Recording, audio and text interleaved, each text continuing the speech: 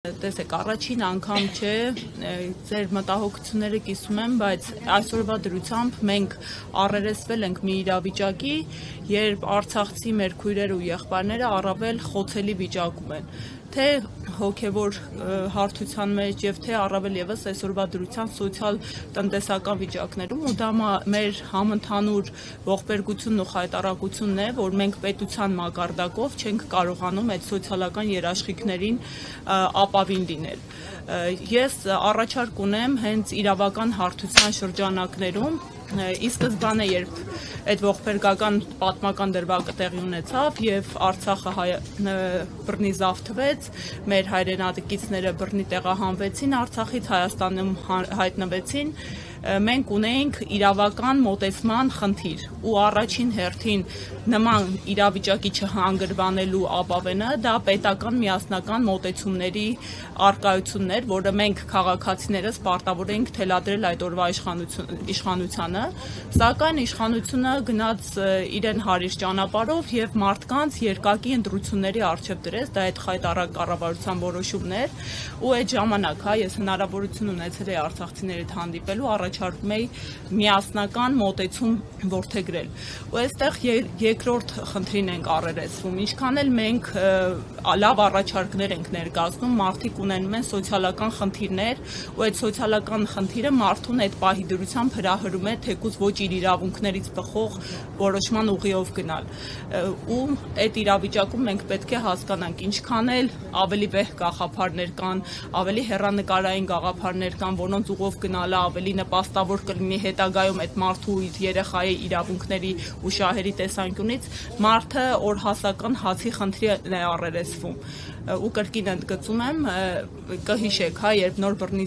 զավթման դեպքերը, Հայաստանի տեղափոխման դեպքերը եղել էր, հայ հանրությունը կոնսոլիդացել էր ու մարդիկ իրենց ներուժով, առանց պետությունից տարանջատված մարդկանց օգնություններ են, ինքնակազմակերպվում էր մեր հանրությունը։ Այդտեղ կրկին մեղադրանքներ հնչեցին, ինչու եք դուք պետության գործառույթները ձեզ վրա վերցրել, դրանով դուք օգնում եք իրենց, բայց մարդը, ով այդ բարեգործությամբ էր զբաղվում, ուներ այլընտրանք, կամ ոչինչ չանելու ու թողնելու միայնության մեջ այդ անգամ օրահացի խնդիր ունեցող իր եղբորը կամ քրոջը, դրանով ճնշելու կառավարությանը ինչ որ ավելի ամբողջական գործողությունների, որի պարտավորությունը ինքը ունի որդեգրելու, մյուս կողմից էլ ինքնագործունեություն ծավալել, որպեսզի ինքը իր գիշերը կարողանա քնի, երբ տեսնում ենք ինչ վիճակում են մարդիկ հայտնվել, իսկ մարդիկ շատ վատ վիճակում են այդ օրերին գտնվում։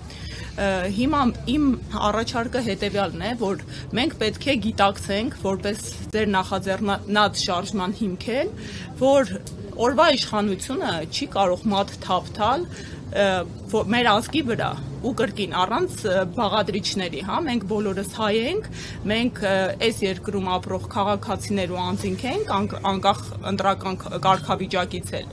Ու մենք պետք է գիտակցենք, որ մենք ենք պատվիրակել այս անձանց, անկախ նրանից, որ օրինակ ես չեմ ընտրել իրենց, իրականացնելու իշխանություն, իրենք լիազորված ժամանակավոր մարմիններ են, օղակ են, ովքեր ունեն պետական լծակներ։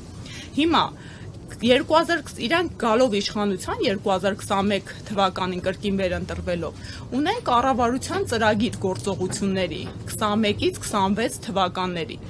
Այդ կառավարության ծրագիրը ինքը պայմանագիր է քաղաքացու եւ իշխանության միջեւ եւ իշխանության գործողությունների տեսլականը։ Այդ գործողությունների տեսլականով իր խոստմամբ ինքը պարտավորված ու սահմանափակված է։ Ու այնտեղ ինքը շատ անպագորգոր գլուխ ունի Լեռնային Ղարաբաղի հիմնահարցին նվիրված, ինքը դրույթներ ունի, որ պարտավորվում է առաջնորդվել արցախցու իրավունքներով ու շահերով, որ պարտավորվում է ապահովել Արցախի կարգավիճակի վերջնական լուծումը, ու դա պատկերացնում է Մինսկի համախմբի նախագահության ղեկավարմամբ։ Այս բոլոր խոստումները կառավարությունը կյանքի ոչ միայն չի կոչել, այլև ձախողել է։ հերիք չի ձախողեց ամբողջ Արցախյան հարցի հիմնախնդիրը, այլև հիմա մենք կանգնել ենք այն մեզ համար նվաստացուցիչ իրավիճակի, որ այսօրվա կառավարությունը ըստ էության շանտաժի տարերով հրաժարվում է արցախցիների սոցիալական ապահովման պարտավորվածությունից։ Մենք այստեղ չպետք է նվաստի կարգավիճակով չակերտավոր հանդես գանք, ու սա միայն Արցախցու հարցը չի։ Սա բոլորիս հարցն է,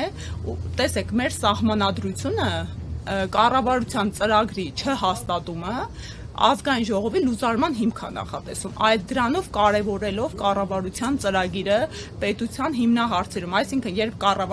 ազգային ժողովը ձևավորվում է, կառավարությունը պարտավորված է ծրագիր ներկայացնելու 20 օրվա ժամկետում, եթե ազգային ժողովը ձայների մեծամասնությամբ չի հաստատում այդ ծրագիրը, ազգային ժողովը լուծարվում է, այնտեղ ընթացակարգային 1-2 հետագա դրվագեկան անգամ հետո եթե վարչապետ են ընդունում ու էլի կառավարության ծրագիրը չի հաստատվում, կրկին դա ազգային ժողովի լուծարման հիմք է։ Սրանով մեր սահմանադիրը գալիս է կարևորելու այս փաստաթղթի էությունը։ Հիմա մենք այսօր հասել ենք մի հանգրվանի, որ կառավարությունը այդ կարևոր փաստաթուղթը, տեսլականը, կմախքը իր կառավարման համակարգի կյանքի չի կոչել ու ձախողել է։ Ու իրենք արդեն ունեն խնդիր քաղաքացու հետ փոխհարաբերություններում, իրենք ըստ էության ունեն խնդիր, խախտել են քաղաքացու հետ պայմանագիրը, ու մենք պետք է որպես քաղաքացիական հասարակություն մեկտեղվենք, այս խնդիրը բոլորինս դարձրած պահանջատեր լինենք։ Իրենք պարտավոր են, օրինակ ինչպես դուք իրավացիորեն նշեցիք, ապահովել մեր գերիների վերադարձը ու առնվազն գերիների վերադարձը դարձնել պետության առաջնահերթություններից մեկը։ Իսկ մենք տեսնում ենք անգամ Ռուբեն Վարդանյանի փաստաբանով հմուտ մասնագետ է այդ բնագավառում, ուղղակիորեն դա մեր խայտառակությունն էլ ասում է, որ ինքը նախադեպը չի տեսել, երբ պետությունը այս աստիճանի չի համագործակցում գերու վերադարձման հարցերով, իսկ բոլոր իր նախորդիվ նախադեպային փորձերում հաջողությունը գրանցվել է հենց պետությունների հետ համագործակցության արդյունքում։ Մենք ունենք այսօր իրավիճակ, դա եւս ձախողման հերթական համապարփակ նկարագրություններից է։ Ինչպես կարող է մի իշխանություն օրինակ արդարացիորեն չակերտավոր խաղաղության պայմանագիր երաշխավորել մեր ազգաբնակչության համար, երբ մյուս կողմի բանակցային process-ում անգամ գերիների վերադարձ չի կարողանում ապահովել։ Ու այսքան տարիների ընթացքում, երբ բազմաթիվ զիջումների են գնացել հայկական կողմը, անգամ ոչ տեղի զիջումների մեծամասամբ։ Իմ առաջարկը հետևյալն է, որ պետք է առաջին հերթին ոչ թե հարցադրողի, այլ պահանջատերի